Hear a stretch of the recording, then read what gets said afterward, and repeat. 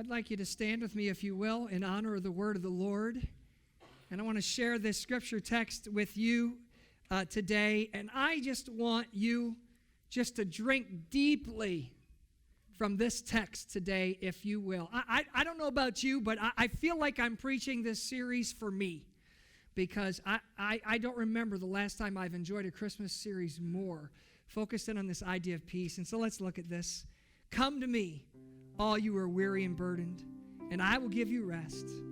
Take my yoke upon you and learn from me, for I am gentle and humble in heart, and you will find rest for your souls. For my yoke is easy, and my burden is light. Lord, we hear you. We hear your voice. Speak to us today, we ask, in Jesus' name. Amen. You may be seated. All right, get your fingers ready. Hold them up like this. What I'd like you to do is I would like you to choose a number between 1 and 10 and display for me how your stress level is so far this Christmas season. Go ahead, just put the numbers up. No one's going to peek. Wow, we got some 10s going up right now. All right, so you're like, all right.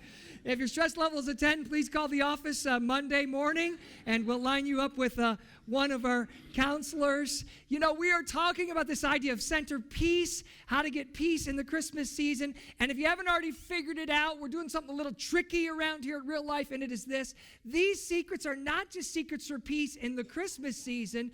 The things we're telling you will bring you peace in every season of your life. For example, the first week, we said this. The message of Christmas is that God is for us, not against us. Folks, that'll bring peace in June. That idea works in September, not just in December. Week 2, we said we understand the secret of contentment in any and every circumstance brings us peace. Discontent brings agitation and frustration, but contentment brings peace. And now here we are in week 3. And I want us to understand now this third way in which we get peace this season, and it is through rest. Say that word with me, rest. Now I got to admit to you that probably this is simultaneously the best time and the worst time for a preacher ever to preach about rest. We need it more than ever this time of year, but most of us, if we're honest, we're like, you know what? Rest is really not a word that we associate with the Christmas season. Very few of you in mid-November said to yourself, oh good, here comes the holiday season. This is when I rest up. We just don't think that way about December. We say joy, yes. Busyness, check. Excitement, you betcha. Calories, naturally. Exhaustion comes with the territory. But rest? We don't call December the month of rest. In fact, this week, we're illustrating, as you look over here at our manger once again, we're illustrating this idea with the shepherd's staff. The idea that probably this season, as much as ever, we think about all the work that we have to do. We think about all the things that we need to get done. We think about all that's got to get checked off the list and get accomplished. And so we tend to stress out and lose peace because this is not the season of rest. This is the season of redlining. This is the season of pushing harder than ever. And we say, if there's to be rest, maybe in January. We'll take advantage of the shortage of sunlight then, but not now. How could this really be a season of rest for our lives? But I want you to hear this today. Rest is not optional in God's vocabulary. I want you to hear me. Rest is not optional in God's vocabulary. Let me show you how that's so today as we talk about this idea of getting rest. The concept that we can ignore the need for rest, or that we can tell ourselves, what am I to expect this time of year? It's just not realistic. Pretends that God somehow merely suggests rest for our lives. Our capacity to somehow compartmentalize rest into the wouldn't it be nice, but it's simply not going to happen, shows that we misunderstand the centrality of, hear me, not God's recommendation, not God's prescription, but God's command that we rest.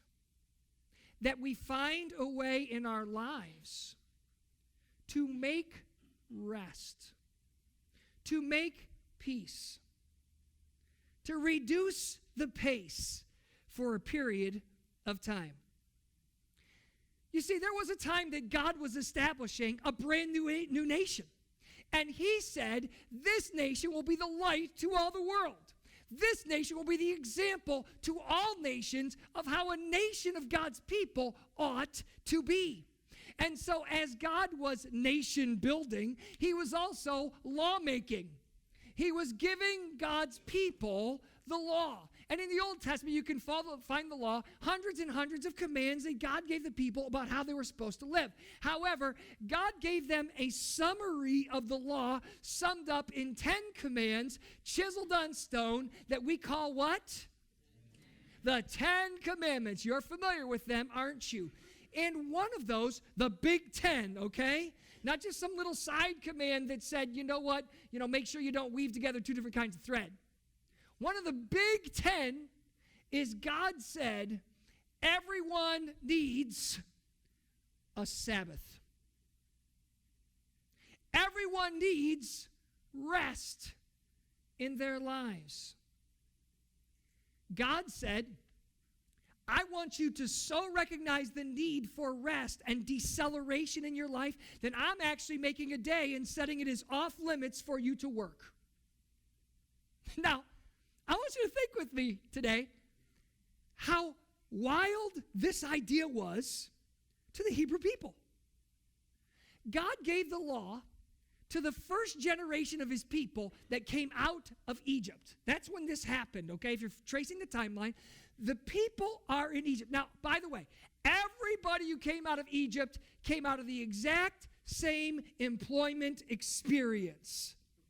They all were what? Slaves.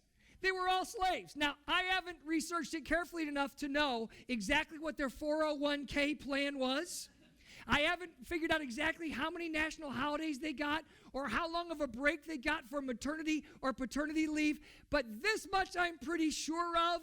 When you're a slave, you work 7 days a week. And that Pharaoh didn't say, make sure you get your day off, make sure you get your downtime. Well, it sounds like you got a little sniffle. Maybe you should go home early today.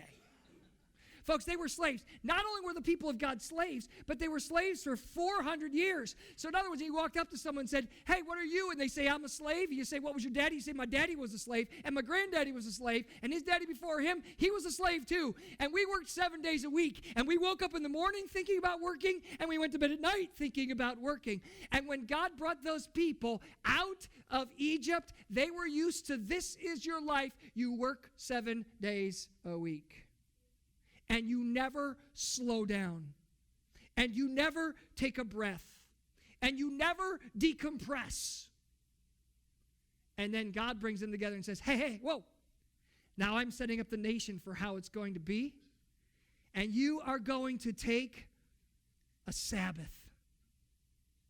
6 days you can labor. But on the 7th you can rest. And then God even told them this. In case you're wondering if this is a good idea, even I took downtime on the 7th day. God not because he was tired, but God because he established that it makes sense within the order of things and the pattern and flow of life to set aside time to rest. So understand this. It's not like God said, I've got all these great laws. I need to make some people so that we can do them. God said, I've got these people. How can I bless them by how I design their life? See the difference? God said, I create these laws for the good of you. Not I create people because I got such great laws. And so God said, I create the Sabbath with you in mind. Not I create you with the Sabbath in mind. How do you know that's so, Pastor Todd? Because Jesus said it long before I just did. Jesus said in Mark chapter 2, the Sabbath was made for man, not man for the Sabbath. God created our bodies and our minds to need rest, and you are no exception. I want you to read that with me. I just want you to turn you are into I am. Let's read it together. God created our bodies and minds to need rest, and I am no exception. You see, you're not an exception.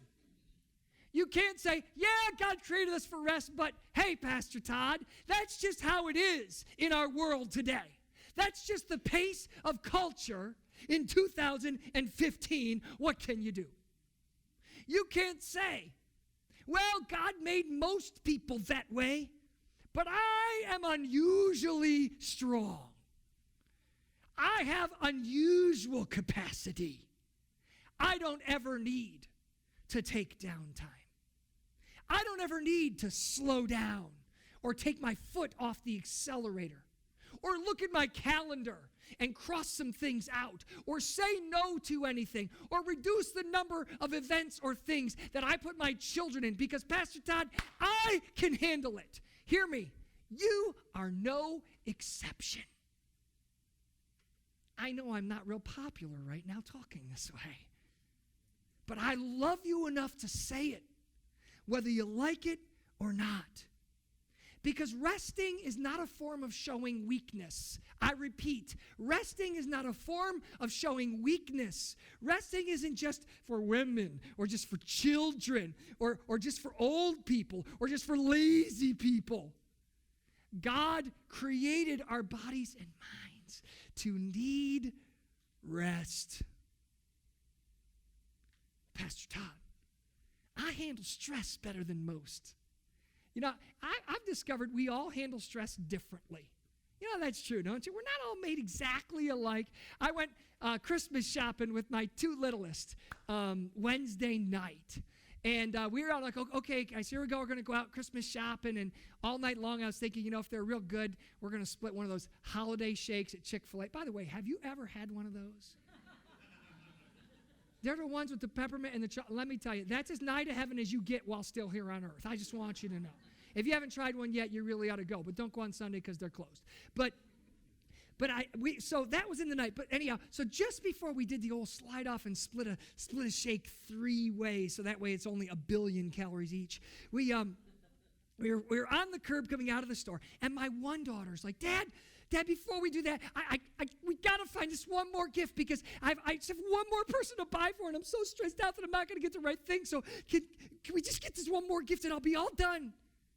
I looked at her and said, Sweetie, it's December 8th. You got 16 more days. You're gonna be all right. And blow in this bag, you'll be okay, you know. So I turned to the right to my other little daughter and I said, how you doing? What do you got left to do? She's like, about 5 or 6 left for most of us in the immediate family. There's only like that many of us in the family. It's like, we all right? She's like, yeah, I'm good. She jumps off the curb, starts singing Holly Jolly Christmas or something, and heads to the car, whatever, you know what I mean? We're not all made the same. However, we are all made to understand that there has to be seasons of rest in our lives. We weren't made to spend every dollar and slate every minute and participate in every activity. It's quiet in here. I hope you're amening down there at South because I need some help somewhere. One wise man said this. It turns out that the guy who burns the candle at both ends isn't so bright after all.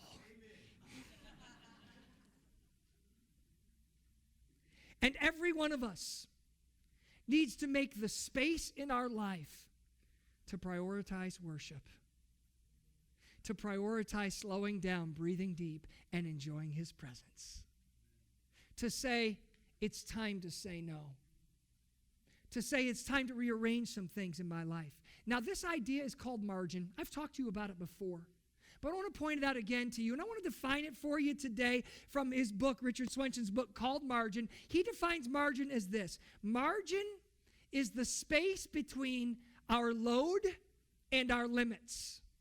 It is an amount allowed beyond what is needed.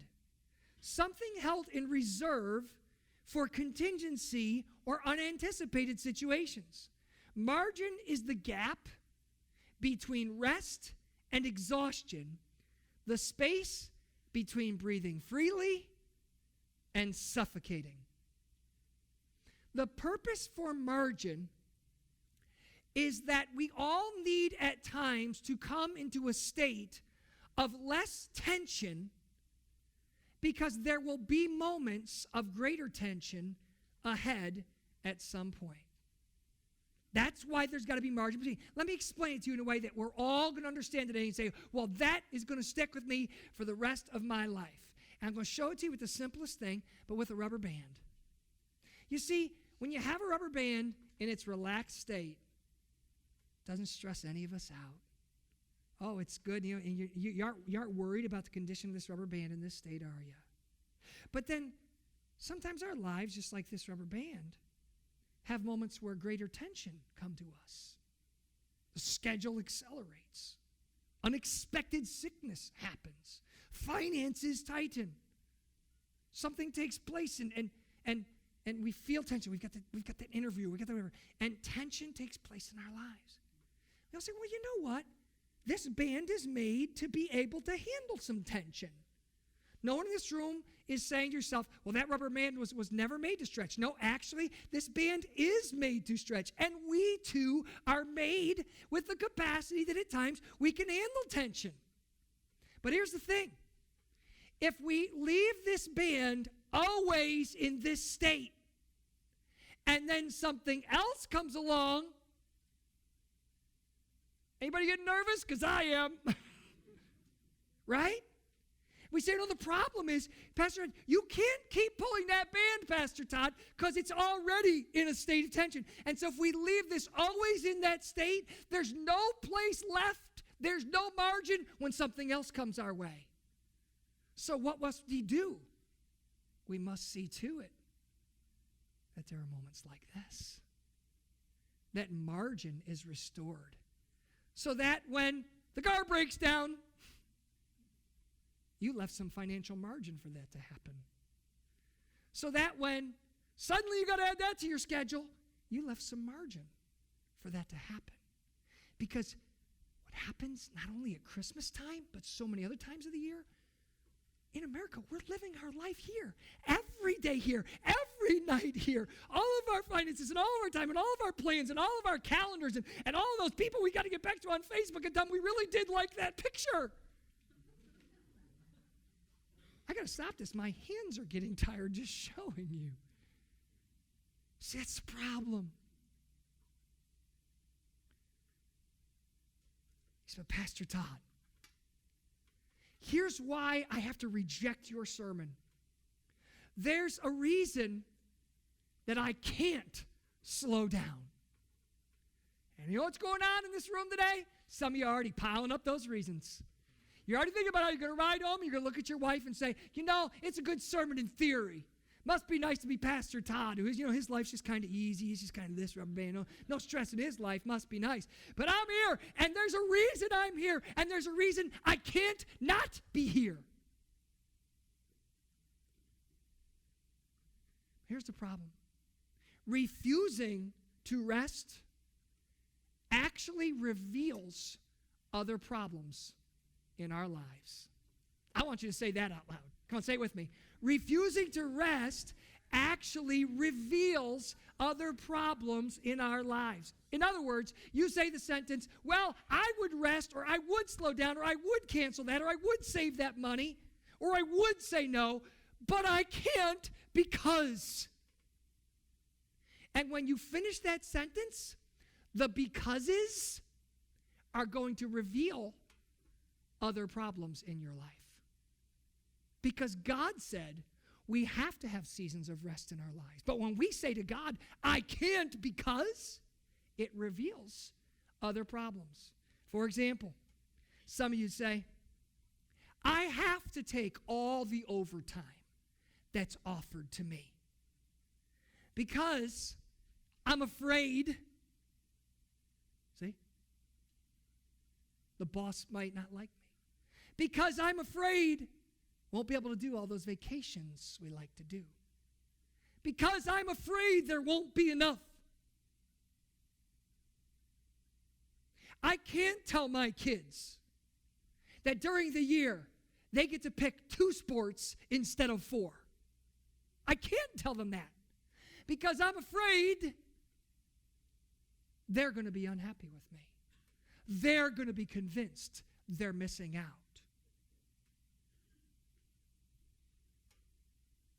I can't avoid going to everything I'm invited to because I'm afraid that I'll see the pictures on Facebook the next day, that my friends enjoyed that without me, that all my coworkers went there without me and had a great time, and I'm afraid that I miss out. You heard the word again and again and again. What was it? Afraid. You see, some of us, we just keep constantly like this because we're afraid.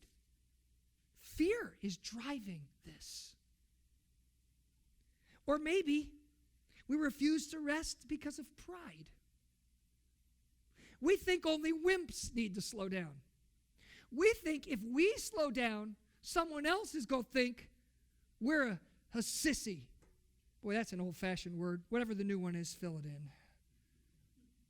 We hide on the phone when we've been sleeping or taking a nap because we're so proud we're worried what someone else might think. I have to tell you, honest truth, I'm not making this up. There have been multiple times in my life when very intentionally, just because sometimes I get a kick out of weird things, I've been around some of the more productive or high-power people within the Wesleyan denomination. Now, don't get impressed because it ain't that big a denomination. But sometimes just because of my position as assistant district superintendent, I'd end up in the presence of people who had great big churches, and they were important in all this. And I'm telling you, on more than one occasion, I intentionally have mentioned within the conversations when they're talking about how busy they are and this, that, and the other, I've intentionally mentioned to them, you know what? Sometimes I get really tired of my day and I take a nap. If you could know the disdain that has been on some of those people's faces when I said that, I just ate it up. Because if I was afraid to say it, then I would have just not said it. But I have to tell you, I know something about my body and about my capacity and about the level at which I work, and I work hard during the day. I know some of you think I work a day and a half a week, but I actually do other things than preach. But some days, not every day, some days just the way my body works and the way adrenaline flows and what goes on, some days about 4 o'clock, I'm just toast. And I have learned with my body, if I can lay back, sometimes just tip back in my chair. Sometimes if I happen to be out of the office by then, if I'm home, just climb on the bed. For me, 20 minutes. And some of you are like, well, if I laid down like that, I wouldn't wake up for 2 hours. Well, that's not the way my body's made. I can lay down at 4 o'clock and my eyes pop open in 20 minutes, always. Sometimes 18. And I can get up, and then I can go for hours after that. I can head out to that meeting and be sharper and fresher than I was going to be. I can cook dinner or help my wife cook dinner or be with the kids or jump back on that project that I'm working on because I realized in my own life there was a place for that piece of rest in my life. Now, some of you right now are going, must be nice. 4 o'clock in the afternoon, I'm still working hard, Pastor Todd, while you're snoozing. Look, I don't know what your circumstances is. I don't know how your schedule works, but you need to begin to say, how do I find within the pattern and the flow of my life restfulness? How do I find something that allows my body to do what it needs to do? So some of us need to just drop our pride and say, this is what I need in order to be at my best. You know, we were talking about the 10 Commandments, and one of the interesting things about the 10 Commandments is that the 10 Commandments are kicked off by God reminding Israel how great he is. I want you to think about that for a minute. What if we really trusted God enough to say, Lord, if I don't schedule every day, every minute, every hour, if I don't push and get every job and every contract, and if I don't do everything myself without delegating, I will still trust you to make up the difference. Think about that for a minute. You know what God was telling the people of Israel? Sure, you might think that if you worked 7 days, you could get further ahead than 6. But he says this, but I am the Lord your God. Come on, you track? But I am the Lord your God. Trust me. You know what God used to tell the people of Israel? He used to say, when it's time for you to go through and pick all the grapes out of your vineyard, go through once. You can do it carefully, but pick all the grapes. But then he said this, don't glean. Don't go back a second time through your fields and go, oh, I missed that one little bunch there. Oh, there's a bunch of grapes on the ground. I can scoop them up. You know what God said? One time is good enough. Some of us are like, folks, that's the equivalent of like God saying, it's okay to leave a little money on the table. Why? He said, I am the Lord your God, and I'm going to take care of you. He used to tell them when they were picking their fields, it's okay to kind of leave the edges because someone needs them. Do you see how opposite this is to how we think? If I just work a little harder, if I just do a little more, if I just schedule one more thing, if I just get one more job, if I get one more contract, if I just make sure it's always the way I want it. He says, I am the Lord your God. You can take your rest in me and trust I got this covered. My wife and I put this into practice this week. We have been talking for quite some time and had even scheduled a date on our calendar for a neighborhood Christmas party. This is part of our philosophy. We used it in our last 2 homes. We used this philosophy as a way to try to reach our oikos for Christ. As a way to do it. It's part of step 2. Listen carefully. Get them in, learn about their lives, make some connections with them. And we said, this would be a great way for us to do this. We're putting our oikos stuff into practice. So we said, we're going to do it. We picked a date. It would have been end of this coming week. But I'm writing this sermon, I'm praying, and I'm thinking about it, and we're just looking at what our calendar's been like. And I called her the other day. I said, you know what, sweetheart? I think we need to change our minds on this. And we hadn't put the word all out yet. I said, I think we need to change our minds on this. And she said, you're right, we do. It's just too much. So we said, you know what? We'll come up with a way to do this in the middle of the winter. In fact, think about this. Think how much more people will enjoy sugar cookies that I make in February compared to right now when they got them anyhow, all the time. It's going to be awesome. They're going to think the world of that. See? But I had to be willing to stop and say, yeah, but we were excited about this event. Yeah, we were praying about this event. Yeah, it was in there and it was scheduled and all that. And we just stopped and said, you know what? He's the Lord God. And he knows our hearts. And he knows we want to reach our neighbors for him. But we need to slow down. And we got to do the most fun thing on our calendar, which was take a Sharpie and go. Boy, it'll bring joy. You ought to try it sometime. See, here's what's the counterintuitive truth about margins, and we're going to wrap up. It's this. If we try to do everything, we end up not enjoying anything. Y'all just jot that down. Y'all just write it down. That's as smart as I get right there, folks. I'm getting smarter than that. So if we try to do everything, we end up not enjoying anything. In fact, I was playing with the rubber band in the office the other day, and I was stretching it out, and one of our volunteers was there, and as I was stretching it, and saying, hey, you know, I'm going to do an illustration with this rubber band this week, I was stretching it just real close, showing it to her, and finally when I took a step back, she said, thank you for stepping back. You were making me nervous. Folks, I want you to know something. When we do this all the time, we don't enjoy it. We're just always nerved up. We're just always missing out. Want to enjoy life? Slow it down. Drop some things. Prioritize worship over other things. Because I want you to know something. People can detect, your children will know, others around you can sense when you are too stressed out to enjoy life or enjoy them. And you're missing out. Sometimes no is a very spiritual answer.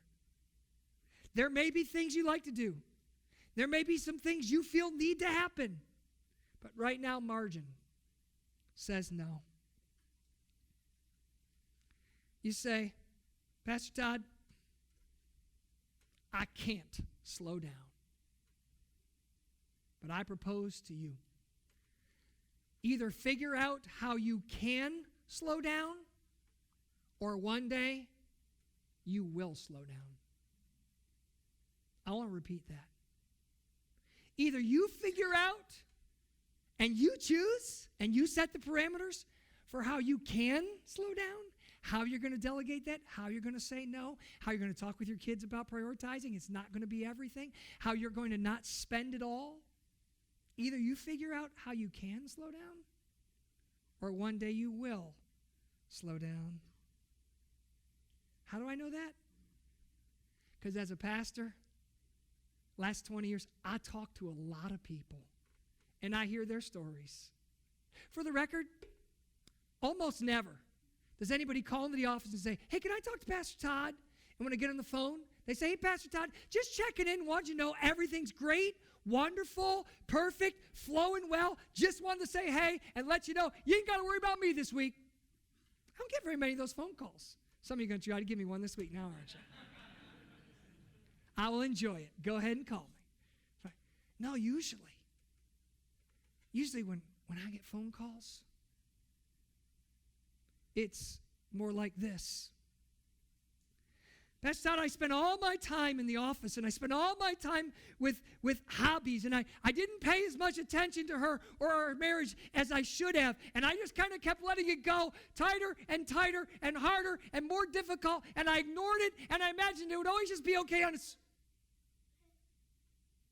Pastor Todd, now she's telling me she wants a divorce. Now she's saying it's over. And you know what? I never had the time. But now I'm spending hours and hours and hours and hours and hours trying to get back what I should have taken care of in the first place. And you see, we don't know until it snaps. It's too late. Or we say, I take so much time. I take my kids everywhere, and I let them do everything they want to do because I want them to be all they could be, and they're on the travel team, and we're busy, and so we haven't really had time for family devotions. And yeah, we do so much stuff, and sometimes we miss church just because we're just busy, and that's the way it is. It's gonna be okay. That's just the world. It's just the way we grow up. It's just the way our family's always. And then I get a phone call, and they say, Pastor Todd, they're grown up and they're leaving the home, and I don't know why, but they tell me they're just not even interested in coming to church anymore. They have no desire for God because they never prioritized worship, and they never slowed down to spend time eating together as a family and getting to know each other and know and understand God's will and plan for their lives, because it was just go, go, go, go, go.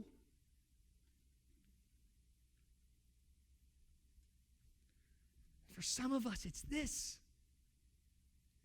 I always thought that I had to do it all, and I never stopped to delegate, and I kept thinking I can keep up this schedule. I'm stronger than the average person is, and I thought, no, just one more year of this, or just a few more months of this, and I can do this, and I can handle it. And now I've got 3 months to take my time as I recover from this heart attack. And I know you didn't like watching those bands snap. But I snapped them because I love you. And because I can tell you that in my own life, I have learned how to catch cues from my body and my heart and mind that say, Todd, slow down. Todd, focus on what matters. Todd, put God where he needs to be. Because if you just spend your life stressed, you're going to miss out.